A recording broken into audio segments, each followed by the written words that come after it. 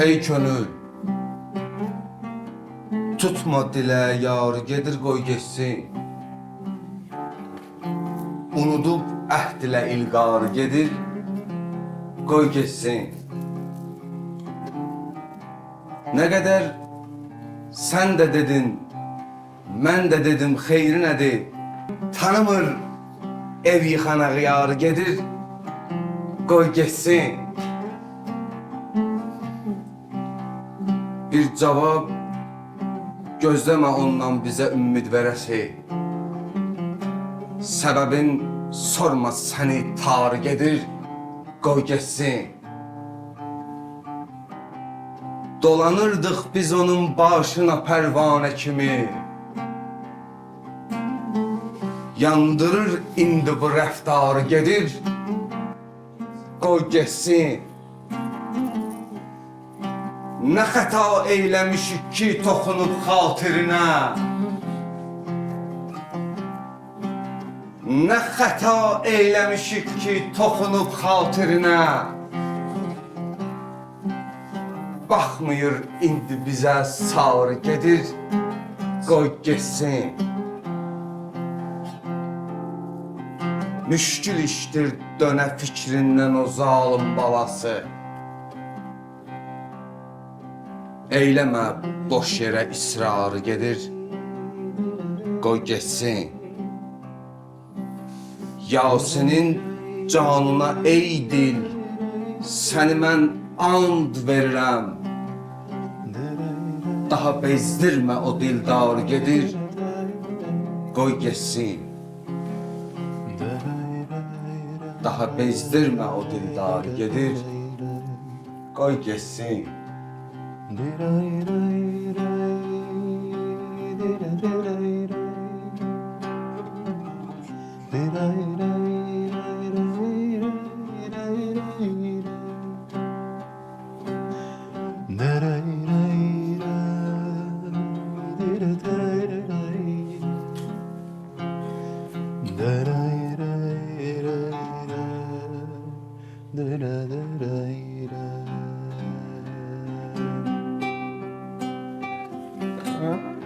Majorla bitirdim. Gedir, qoy geçsin.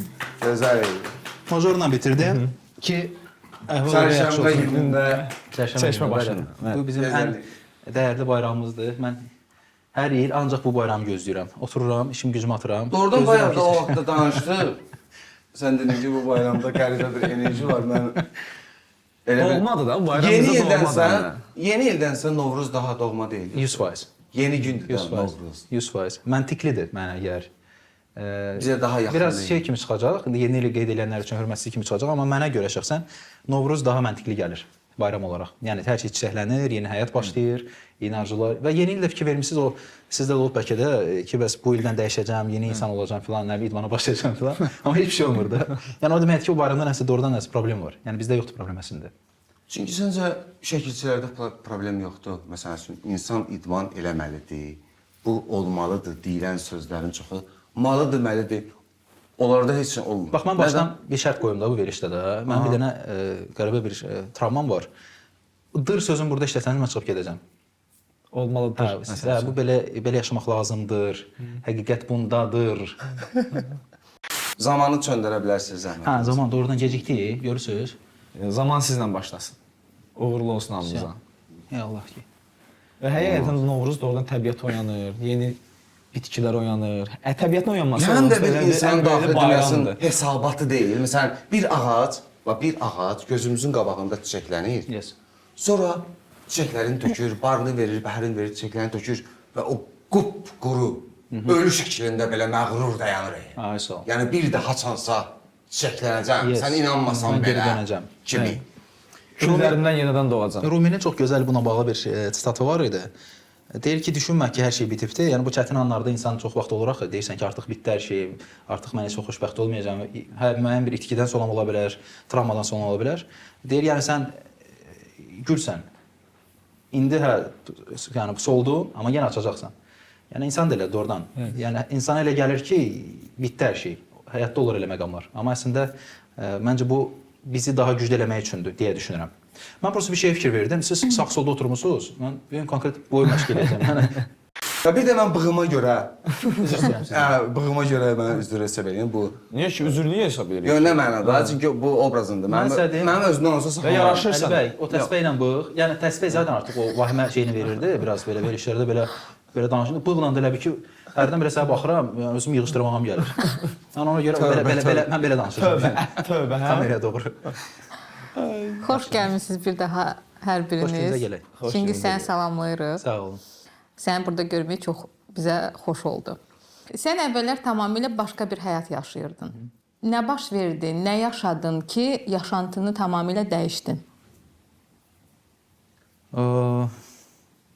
Nə baş verdi? Mənə elə gəlir ki, kimdəsə Nöqtə olur da, onu demək istəyirəm, bir başa nöqtə düşdüm olur. mən. O mənə elə gəlir ki, bir nöqtə olmadı məndə. Yəni nöqtələr çox oldu.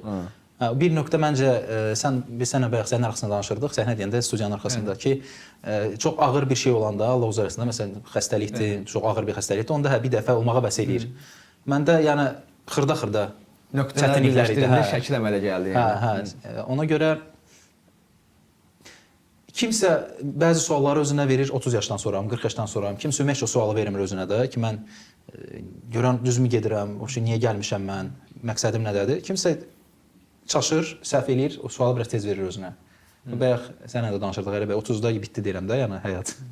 Yəni kimdəsə o cavanlıq 50 yaşa qədər davam eləyir. Həyat eşqi, yəni daha çox emosiya almaq, elə insanlar var. Əminəm ki, sizin də ətrafınızda elə insanlar var. İşləri, gücləri emosiya almaq da həyatda. Bu da gözəldir. Yəni öz insanın baxışıdır, öz yoludur.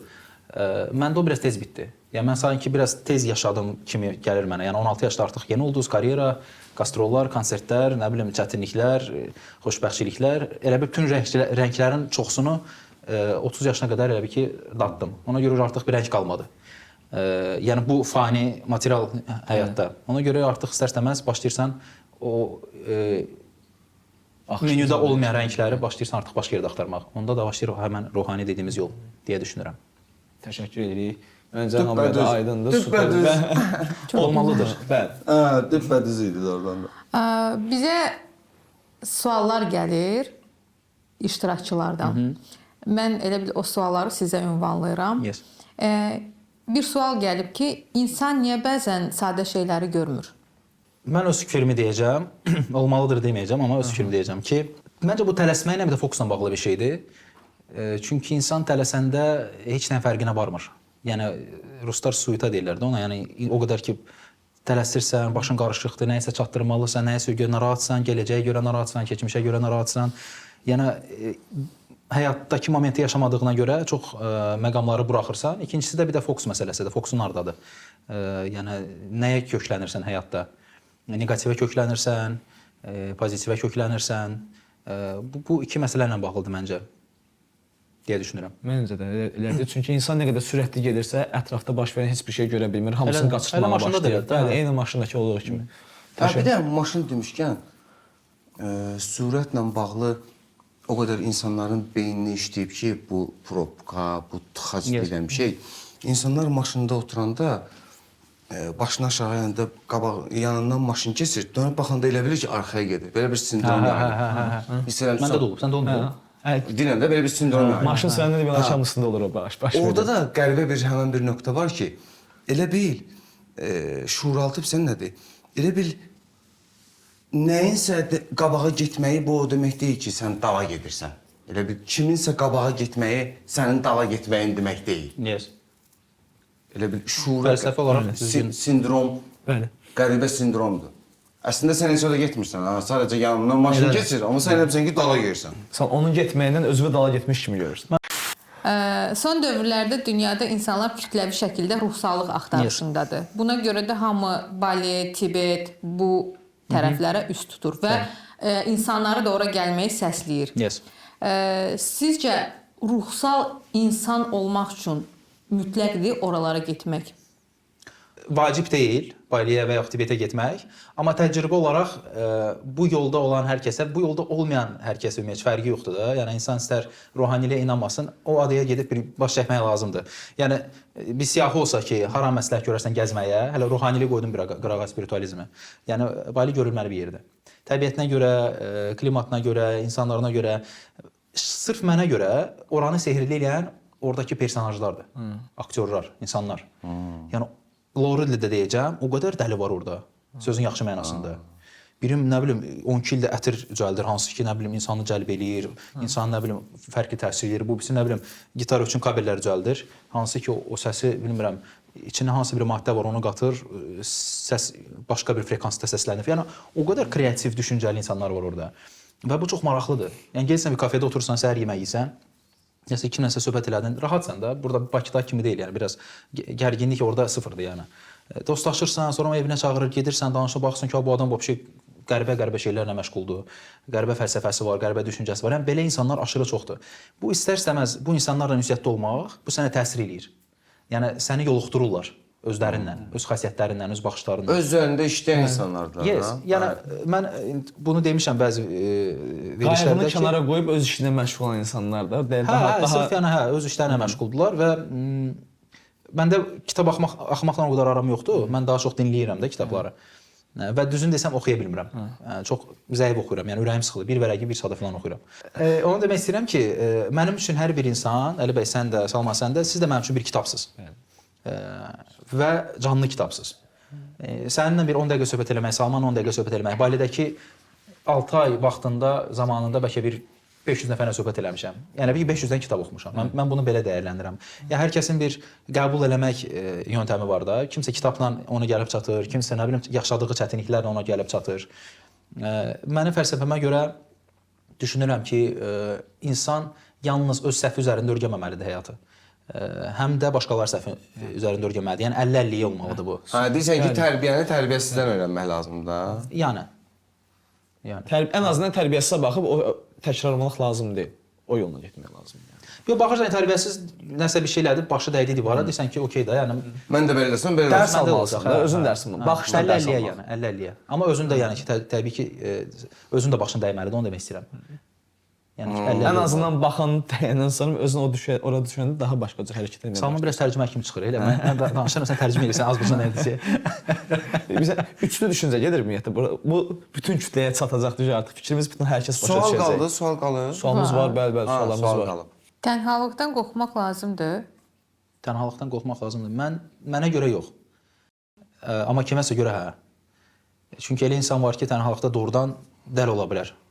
Və bu mən deyərdim ki, cəmiyyətin faizindən hardasa bir 70%-dir.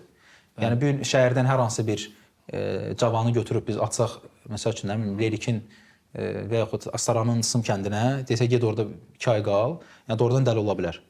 Hər insan birincisi hazır deyil tək qalmağa. Çünki insan istər-istəməz özünlə üzləşir. Öz fikirlərindən, fikirləri başlayır hücum eləməyə.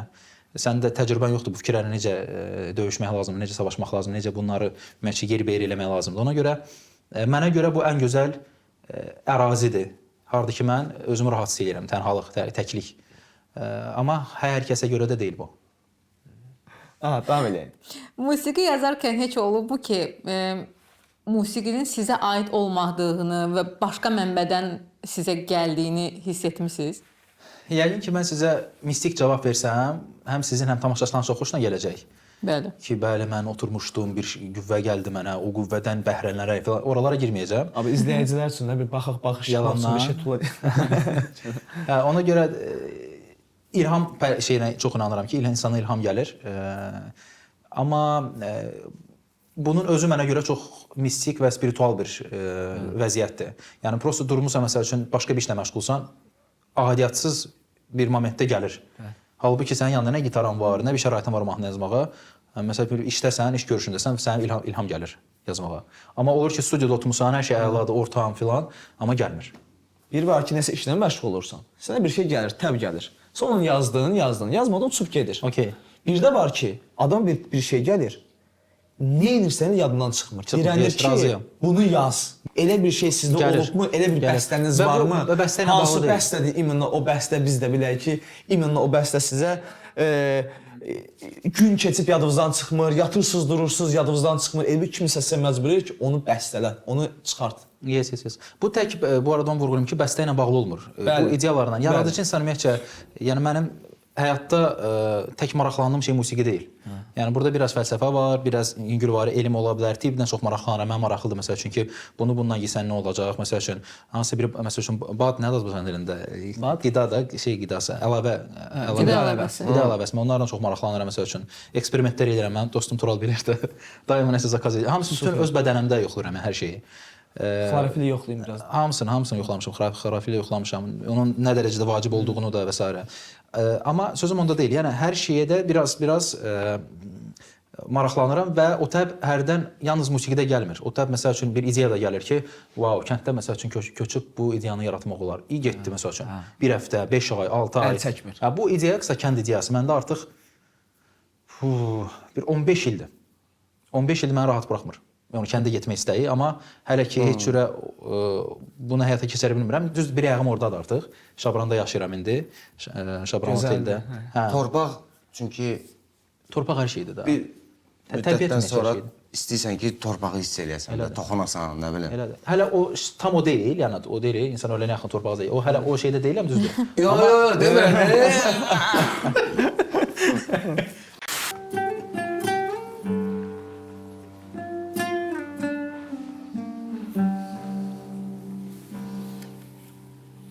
Qəmdən gəlib azad elə, ey şah sən Allah. İncitmə məni bir belə, ey mah sən Allah. Bir söz eşidib tez tələsik çıxma özündən. Bir qoy edim dərdimi izah sən Allah. Zülmün mənə olduqca çox eşqin daha artır. Bu sirridən et bir məni agah sən Allah. Müjgan oxunu atma gülüm hər necə gəldi. Çöllüm quşunu eylə nişangah sən Allah. Dildarına rəhm eylə ki, ta kamıma yetsin. Qoyma eləyim, nalə çəkim, sən Allah. Çox xoşdur, fərəh bəxş eləyirsən mənə hərdən. Öldürmə salıb dərdə gülüm, gah sən Allah. Rəhm eylə gülüm, lütfünə qoyma qala həsrət. Yasin kimi bir bəndə-i dərgah sən Allah. Yasin kimi bir bəndə-i dərgah sən Allah. Əla, yenə davam eləyək, yenə suallarımız var. Aysə xanım, buyur suallarımızdan ver. Sual var ki, spiritual inkişaf edən insan niyə bəzən tək qalır? Dostlarını itirir, tək qalır. Məncə nisbi bir anlayışdır bu. Elə də olur, belə də olur. Yəni belə bir qanun yoxdur da. Spiritualizmə girirsənsə hamıdan imtina eləməlisən. Yəni belə bir şey içməmişəm mən. Amma daha çox bu öz inkişafa görə məncə lazımdır deyə düşünürəm. Yəni insan öyrənir. O da hansı insan? Yəni mən özümdən danışıram. Yəni öyrənir daha çox tək olanda bayaq söz eşitdim rus dilində, Azərbaycanda bilmirəm necə deyilir, suita. Yəni o qarma-qarışığın içində insan özündən zaten bir şey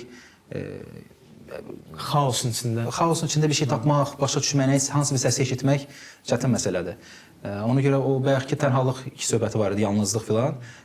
O orada gəlir, amma daima orada olmaq da bu balans pozuntusudur. Çünki sufizm özündə də məsəl üçün deyir cəmiyyətdə olun, insanlar arasında olun. Çünki insana insan gərəkdir. Elədir. Amma daima insan içində olmaq da belə ruh üçün çox məncə şeydir, katastrofikdir. Yəni daima insanlar Balansı pozmamaq lazımdır da. Hə, yəni 100% bir balansa çıxır. Əslində bu hamı deyir balans, balans, balans. Zaten bütün məsələ balansdadır və o balansa gəlib çatmaq bir ayrı dərddir. Okey, gəldin çatdın balansa, okey, bugün durmusan, hə, balansdasan. İşini görürsən, ruhaniliklə məşğulsan, meditasiya edirsən, amma o balansda qalmaq ikinci bir dərddir. Çünki daima yəni zirvəyə çıxmaq və zirvədə qalmaq ayrı şeylərdir. Elədir, elədir. Hətta çıxmaq asandır, qalmaq çətindir. Elədir, qalmaq çətindir, çox çətindir. O qədər gərək nəfs baxımından, ruhani baxımdan, hər baxımdan o qədər stabil olasan ki, gərək ki, orada o vəziyyətdə qala biləsən. Zəng elədilər, kimsə ölübdür, kimsə nəsə bir problem var, evdə bu problem var, yəni sən o balansdan çıxmırsan. Daima ipin üstündəsən. Nə sağa, nə sola. Ona gəlməyə çalışırıq əslində şuuraltımız. Ona gəlib çatamırıq, çünki məndən soruşsanız, məncə bu şəhərin bunda çox böyük rolu var. Yəni bir insan bir sözlə Allaha doğru getmək istəyirsə, Yaradana doğru getmək istəyirsə, biraz qətiyyətli olacağam, dıra tərəf gedirəm. Bu dəfə qətiyyətli olacağam və bunu deyib gedəcəm. Ki şəhərdə yaşamaq və yəni megapolisdə yaşamaq və ruhani olmaq, Yaradanla daima bağda olmaq bu mənə görə heç uyğun gəlmir, yəni heç uyğun gəlmir. Tərs mütənasibdir bir-birlərinə. Kimsə deyə bilər ki, bəhanədir bu, insan belə də ola bilər, orada da ola bilər. Məndən soruşsanız, mən yox. Mən rayona gedirəm, məsəl üçün, artıq o yaşıllıq, ağacları falan görəndə həmən başlayır məndə proses. Həmən o şükür hissi, yaradıcılıq, həyat, fəlsəfə, dərinlik, hamısı gəlir. O ki, bu Sumqayıt tərəfindən təzədən qayıdıram, girirəm, həmən anında bitir. Və bunu mən 5 dəfə, 10 dəfə, 100 dəfə, minlərlə dəfə test eləmişəm. Axırı dəfə yenə gəldim, yenə eyni şey. Yəni o titrəşim doğrudan biraz çox dərin söhbətdir. Yox, dərin deyəndə ki, yox. Yox, dərin deyəndə belə bir şeydir. Bizim bədənimiz ki, bu torpaqdandır, kökü. Biz şəhər həyatı ki, o qədər asfaltdır və dəmirlər çoxdur. Bu bir nüansdır. Bir də bunun görülmədiyimiz tərəfləri var. Yəni o antenaların buraxdığı dalğalardır və titreşimlər var. Yəni telefondur, sonra havanın kirliliyidir, yediyin qidalar da hansı ki, aldığın hava da hansı ki, metal daxil olur bədəninə. Yəni o qədər araşdıranda başa düşürsən ki, yəni bu sadəcə faciədir. Yəni şəhərdə yaşamaq bir insanın belə deyim də, yəni mən artıq atıram məsəl üçün ölmək istəyirəm, bu deməkdir. Mən şəhərdə yaşamaq istəyirəm, mən ölmək istəyirəm deməkdir mənə görə. Yəni bu qədər dırdır yəni. Bəli, dünyada Amma bu gözəldırdı. Dünyada belədir. Bu gözəldırdı. Burada gözümü tuturam o Bakı-Sumqayıt yoluna. Mütləq şəkildə o yol düzəltmək lazımdır ki, müəllim kanka doğrudan Bakıdan propkaya düşməsin. Şeyə qədər ancaq yaşıllıqla eləyirik yol. Çingiz müəllim Ağaclar olmalıdır, ağaclar olmalıdır. Ağaclar da belə deyim də qədim adamlardır da, amma yerlərindən tərpənə bilmirlər. Elədir, elədir. Ona görə dostlar, bu barədə özümüzdən açıq olmalıyıq, fikirləşirəm. Yəni mən məsəl üçün həyatda ən vacib şey mənim üçün Yaradana yaxınlaşmaqdır, onunla bərabər olmaqdır, amma mən şəhərdə xoşbəxtəm, şəhərdə yaşamaq istəyirəm. Yəni bu biraz mənə görə biraz hardasa ikiyüzlülük kimi ola bilər. Saxta xoşbəxtçilikdir. Yox, saxta ruhanilik deyərdim. Çünki mənə siz bir dənə nümunə göstərəməzsiniz şəhərdə, megapolisdə. İstər Amerika, istər nə bilim Avropada ki, baxma bu nümunədir. Bu adam şəhərdə yaşayır, megapolisdə yaşayır, amma ruhani səviyyəsi məsəl üçün budur. Mövlana qədər var. Yoxdur, belə bir insan yoxdur. Ümumiyyətlə əvvəlcə də var idi da. Oynayır da, oynayır. Ruhani insanlar həmişə dağlarda, uzaq yerlərdə yaşayırlar. Ruhani insanlar. Yəni dağlar deyəndə ki, metaforada da dağlar. Yəni bəsitdir, əslində çox bəsitdir. Yəni torpaq enerjisini, ağac enerjisini insan istəyir. Yəni insan ona yaxın olmaq istəyir sadəcə. Son 300 ildə də belə deyim də insanları dünyada təbiətdən qovdular. Şəhər, qutularda, bizi qutularda. Elədir. Ayaqqabılardan başladı. Əvvəl batoş ayaqqabılar var idi. Dünyada altı daşda. Doğrudan elə də, hamı qutuda yaşayır. Hamımız qutuda yaşayırıq. Balaca qutuların içinə girmişik. O limit, o qutu bizə sənə deyir ki, sən limitli varlıqsan. Elə çərçivənin içində qal, sən elə buna layiqsən. Sən elə qutuda yaşamalısan. Yəni bu bizim şuurumuza da təsir edir. Mən hətta bu yaxınlarda belə bir düşüncə eşitdim. Düz nə dərəcədə doğrudur bilmirəm, bəlkə də konspirologiyadır. Ki Sovet vaxtında bu Xruşovkevlər deyirdilər. Bəli. Yəni onu belə bilinçli halda balaca eləyirdilər. Alçaq patoloqlar eləyirdilər ki, insanlar daha çox itaat eləsin deyilən sözlərə, Sovet dövründəki o hakimiyyətə və s. Laboratoriya kimidir. Hə, yəni insan yəni o alçaq patoloq artıq onu deyir ki, yəni sən heç artıq düşüncələri də, təxəyyülü də, təfəkkürü də hər şey kiçilir, daralır. Ona görə çox maraqlı bir nüansdır ki, insan niyəsə yəni sonsuz bir geniş alanı buraxıb həyatı boyu işləyir, kredit götürür, maaşla dolanır, pul yığır, orada nəsə yığır, gedir axırda bir dənə qutu alır və qutunun içinə girir, ölür və qutunun içində ölür. Çox qəribə bir şeydir. İndi bəlkə də mənə görə bu belə qəribə gəlir. Kiməsə görə əlbəttə bu doğrudur və belə olmalıdır, amma mən burada heç bir məntiq görmürəm. Çünki ən azından yediyin qida, aldığın hava təmiz olsa və şəhərdə yaşayan insanlar da nə qədər olmasa, yəni kənddəki insanlara baxanda daha çox bilmişdilər. Sözünü kəsmək istəmədim. Oraya 10 vurğulayacağım. Çox bilmiş, biraz daha mədəni dildədir. O bizim cümləni istifadə etmək istəmirəm. Daha çox sən həyatda qalmağı öyrənirlər yəni. Bundan necə alada bilərəm, bundan necə qoparda bilərəm, buna belə desəm bu mənə iş verəcək. Sağ qalmaq mücadiləsi var. Kənddə o yoxdur da. Kənddə yəni insan səhər durdu, nəsə inəyini sağdı, getdi şeylədə, rahatdır. Sadə, bəsit. O oyunlara girmir. Amma şəhərdə yaşayırsansa, mən şəhərdə yaşayacağam deyirsənsə, sən oyunlara girəcəksən. Obraza bürünürsən. Əlavə bir obraz. Sən rayonda öz döngüyü yaradırsan. Şəhərdə isə döngüyə qatılırsan. Şəhərdə bir döngüyə obraz var. Elə bil deyək ki, kənd həyatı kulisdir. Həyatın kulisidir. Şəhər həyatı obrazıdır. Yes. Çıxırsansa bir hansısa bir obraz. Bir də məsəl üçün atıram, kənddə yaşayırsansa, sən oranın öz qanunları var da. Məsəl üçün valinin öz qanunu var. Sən burada deməsən ki, sən belə geyinmə, yaxşı oğlan belə geyinməz. Sən öz həyatını gətirib ora yansıda bilməzsən. İnteqrə edə bilməzsən. Eyni şeydə kəndlə şəhər söhbətində. Sən şəhərdə yaşayırsansa, əgər mən qərar verdim, Əli bəy, mən şəhərdə yaşamaq istəyirəm. Sən bura uyğunlaşmalısan. Uyğunlaşmırsansa, ya buradan səni qovacaqlar, ya polis səni tutacaq. Çünki mən kənddəki kimi burada yaşaya bilmərəm. Kənddəki kimi geyinə bilmərəm burada. Ən azı lağ eləyəcəklər, ən azı məzələnəcəklər və s. Ona görə burada yaşamağı seçirsənsə, başa düşmərsən, sən bunların, yəni şəhərin oyununu oynamalısan. Matrixə girməlisən. Girməlisən. Matrixə girməlisən. Elədir. Bu qədər. Sizə görə həqiqət nədir? Bizə görə həqiqət. Hə, təhlükəli sualdır bu. Burada dırrar çoxdur. Hə, dırrara girməyəcəm. Verilişin axırından baxan insanlar başıma gəlir. Dırdırdan nə deyirlər? Tərcümə yox, alt yazı verəcəyik. Öncədən şey deyəcək. Həyatın mənasını soruşdunuz da demək olar ki, düzdür? Həqiqət. Həqiqəti. Həqiqəti soruş. Yenə də bu cümlə ilə başlayacağam ki, mənə görə. Mənə görə həqiqət ondadır ki, insan özünü tanımalıdır. Özünü tanıyandan sonra da zaten sən həyatı arxitektorunu da tanımağa başlayırsan. Yəni hər şey özündən başlayır. Çox adam məsəl üçün birinci yaradanını tanımağa çalışır. Mən də bu səhv eləmişəm, amma həmişə yaxşı qurtarmır bu fəlsəfə. Ona görə insan, mən düşünürəm, özündən başlamalıdır. Özünü tanımalıdır. Bir söz var, Özünü tanıyan oğlan. Özünü tanıyan oğlan. Vardı o. Yəni hisslərini dərinləşməlidir insan, başa düşməlidir, nə istəyir, nə cür istəyir. Bunların hamısını çözəndən sonra artıq zaten həyat insana hamımıza sınaq verir də.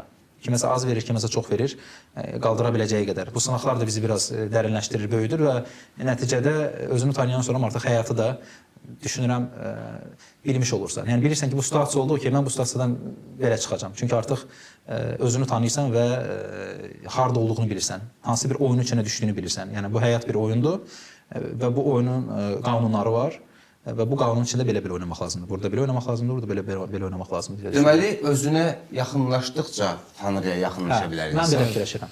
Yoxsa birinci Tanrını tanıyıb, sonra Saşacaqsan. Çünki o tanıdığın Tanrı birincisi 100% çox bilməyəcəksən ki, dəqiq o Tanrıdır yoxsa yox. Çünki bu Hindlərə görə başqa Tanrıdır, İslama görə başqa Tanrıdır, xristianlarda başqa. Parçalanıbda biraz. Hə, yəni sən birincisi ondan başla ki, əminsənmi sən tapdığın Tanrı, inandığın Tanrı dəqiq düz Tanrıdır?